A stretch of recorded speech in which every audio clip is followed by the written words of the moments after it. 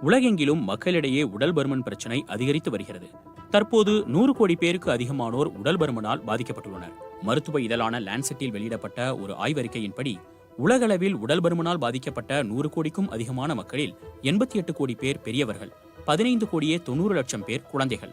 உடல் பருமன் இதய நோய், டைப் 2 டயபெட்டிஸ் மற்றும் சில வகை புற்றுநோய் போன்ற தீவிரமான நோய்கள் உருவாவதற்கான அபாயத்தை அதிகரிக்கிறது. சரி, உடல் பருமன் எப்படி இவ்வளவு பெரிய பிரச்சனையாக உருவெடுத்தது? உலக நாடுகள் பலவற்றிலும் உடல் பருமன் என்பது ஆரோக்கியமற்ற உணவினால் ஏற்படும் பிரச்சனையாக மாறியுள்ளது என்று லண்டன் இம்பீரியல் கல்லூரியின் மூத்த ஆராய்ச்சியாளர் மஜித் எசாட்டி பிபிசியிடம் தெரிவித்தார்.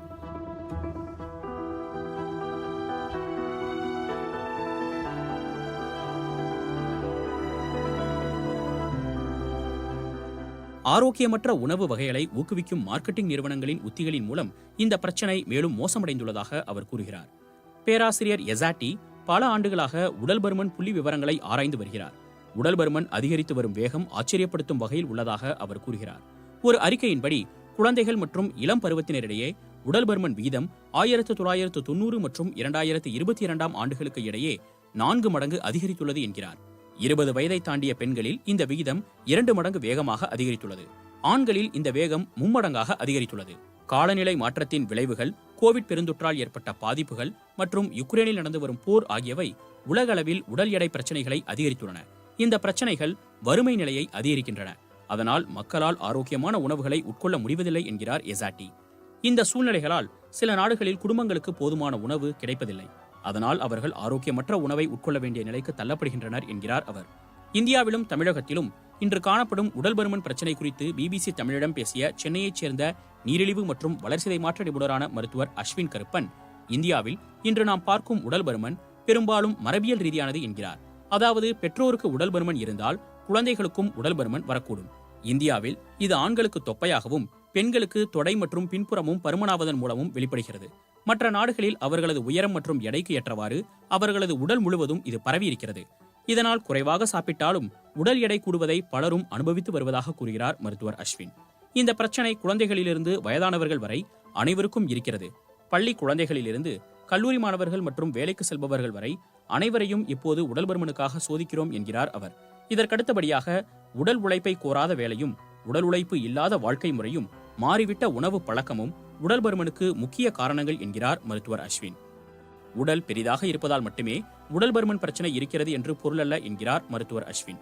ஒல்லியாக இருப்பவர்களுக்கு கூட உடலில் இருக்கும் கொழுப்பின் அளவு அதிகமாக இருந்தால் அது உடல் பருமன் பிரச்சனைக்கு இட்டுச் செல்லக்கூடும் என்கிறார் அவர். இந்தியர்களிடம் இந்த பிரச்சனை தின் ஃபேட் இந்தியன், அதாவது ஒல்லியாக இருந்தும் உடல் பருமனான இந்தியர்கள் என்று அழைக்கப்படுவதாக கூறுகிறார் அவர். வழக்கமான அளவீடுகளில் BMI 24க்கு மேல் இருந்தால் அதிக எடை, 30க்கு மேல் இருந்தால் உடல் பருமன், 35க்கு மேல் இருந்தால் அதிக உடல் பருமன் என்று கணக்கிடப்படுகிறது. ஆனால் இன்று ஒல்லியாக இருப்பவர்களும் உடல் பருமன் பிரச்சனைகளை சந்தித்து வருவதால் இன்று உடல் பருமனை அளவிட BMI மட்டுமல்ல, வேறு சில கணக்கீடுகளும் பின்பற்றப்படுகின்றன. குறிப்பாக எட்மாண்டன் உடல் பருமன் கணக்கீடு எனும் ஒரு அளவீட்டு முறை பின்பற்றப்படுவதாக கூறுகிறார். இதில் உளவியல் ரீதியான, உடல் ரீதியான, வளர்சிதை ரீதியான அம்சங்கள் அனைத்தும் கணக்கில் கொள்ளப்படுகின்றன. உதாரணத்திற்கு, உளவியல் ரீதியாக மன அழுத்தம் இருக்கிறதா, உடல் ரீதியாக உங்களால் அனைத்து செயல்களையும் செய்ய முடிகிறதா, வளர்சிதை மாற்றம் ரீதியாக உங்களுக்கு டயபெட்டிஸ் அல்லது உயர் ரத்த அழுத்தம் ஆகியவை உள்ளதா என்பதை கணக்கில் கொண்டே ஒருவரது உடல் பருமன் கணக்கிடப்படுகிறது என்கிறார்.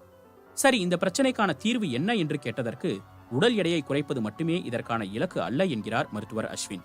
அதே சமயம் உடற்பயிற்சி, உணவு கட்டுப்பாடு ஆகியவை உடல் எடையை உடனடியாக குறைக்க உதவாவிட்டாலும் மாரடைப்பு ஏற்படும் அபாயத்தை தடுக்கும் என்கிறார். உடல் எடையை குறைக்க முக்கியமான வழியாக குறைந்த கலோரியுள்ள உணவுகளை உட்கொள்வது பின்பற்றப்படுகிறது. ஒரு உணவியல் நிபுணரை கலந்தாலோசித்து அதன்படி உணவு கட்டுப்பாட்டை பின்பற்றலாம். ஆனால் இன்று அதனோடு சேர்த்து உறக்கம், உடற்பயிற்சி, கணினி, கைபேசி ஆகியவற்றில் செலவிடும் நேரமான ஸ்கிரீன் டைம் ஆகியவையும் கணக்கில் கொள்ளப்படுகின்றன என்கிறார். அதிக உடல் பருமன் பிரச்சனைக்கு இன்று ஒரு மருந்தும் கண்டுபிடிக்கப்பட்டுள்ளது. செமாகுளுட்டேட் எனப்படும் இந்த மருந்துக்கு அமெரிக்காவிலும் ஐரோப்பாவிலும் பயன்பாட்டுக்கு ஒப்புதல் வழங்கப்பட்டிருக்கிறது என்கிறார் அவர். இந்தியாவில் இது தற்போது வாய்வழியே உட்கொள்ளும் மருந்தாக கிடைக்கிறது என்கிறார். அதேபோல மிக அதிகமான உடல் பருமன் உள்ளவர்களுக்கு பேரியாட்ரிக் அறுவை சிகிச்சை மூலம் உடல் பருமனை குறைக்க முடியும் என்கிறார் அவர்.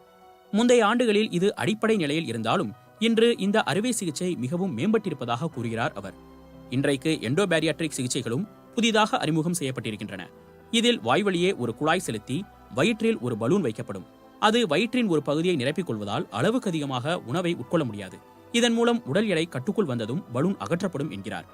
எண்டோ பேரியாட்ரிக் முறை மூலம் வாய்வழியே பேரியாட்ரிக் அறுவை சிகிச்சையும் செய்யப்படுகிறது என சிகிச்சை முறைகள் குறித்தும் விளக்கினார் மருத்துவர் அஸ்வின்.